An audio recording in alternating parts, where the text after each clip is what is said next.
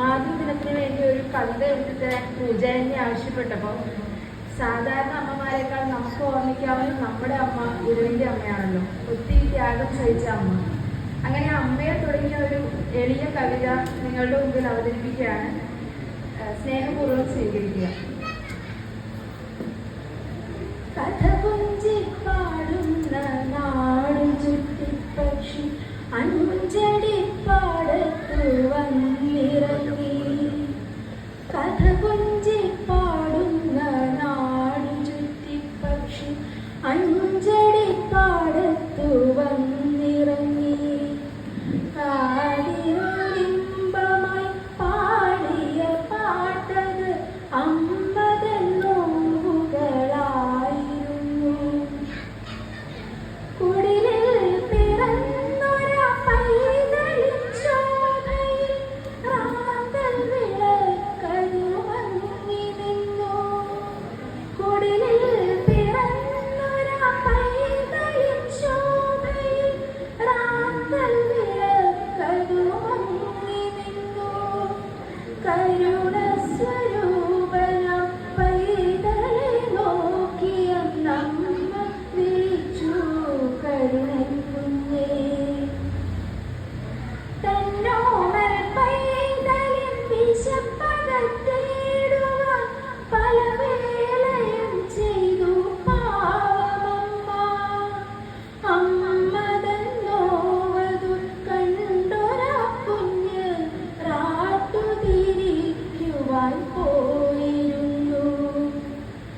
കുഞ്ഞിളം കൈകളിൽ ചോര പൊടിഞ്ഞത് കണ്ണുനീർ തുള്ളിയായി നോക്കിയമ്മ. തേങ്ങിക്കരഞ്ഞമ്മ നെഞ്ചോടു ചേർത്തുകം താരിളം കുഞ്ഞിനെ തഴുകി നിന്നു. വർഷവും വേനലും പല കുറി കഴിഞ്ഞുപോയി. അമ്മതൻ കുഞ്ഞൊരു ശാന്തിയായി. മാലോകരെന്നാൽ വിശന്നടഞ്ഞെന്നാൽ തൻ പങ്കു നൽകിയ കൊച്ചു ശാന്തി.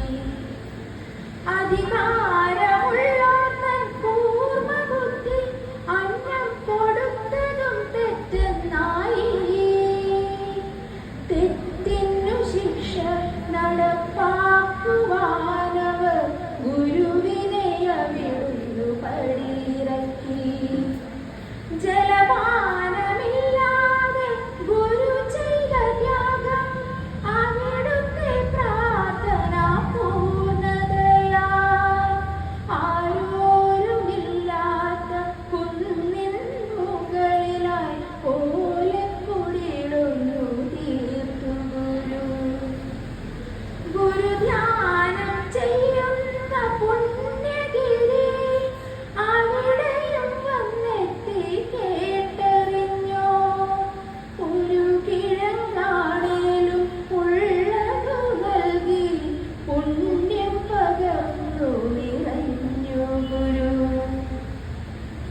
ഇന്നെന്റെ ഗുരുവിന്റെ പുണ്യാശ്രമത്തിൽ വയറു വിശന്നാരും വലയുന്നില്ല.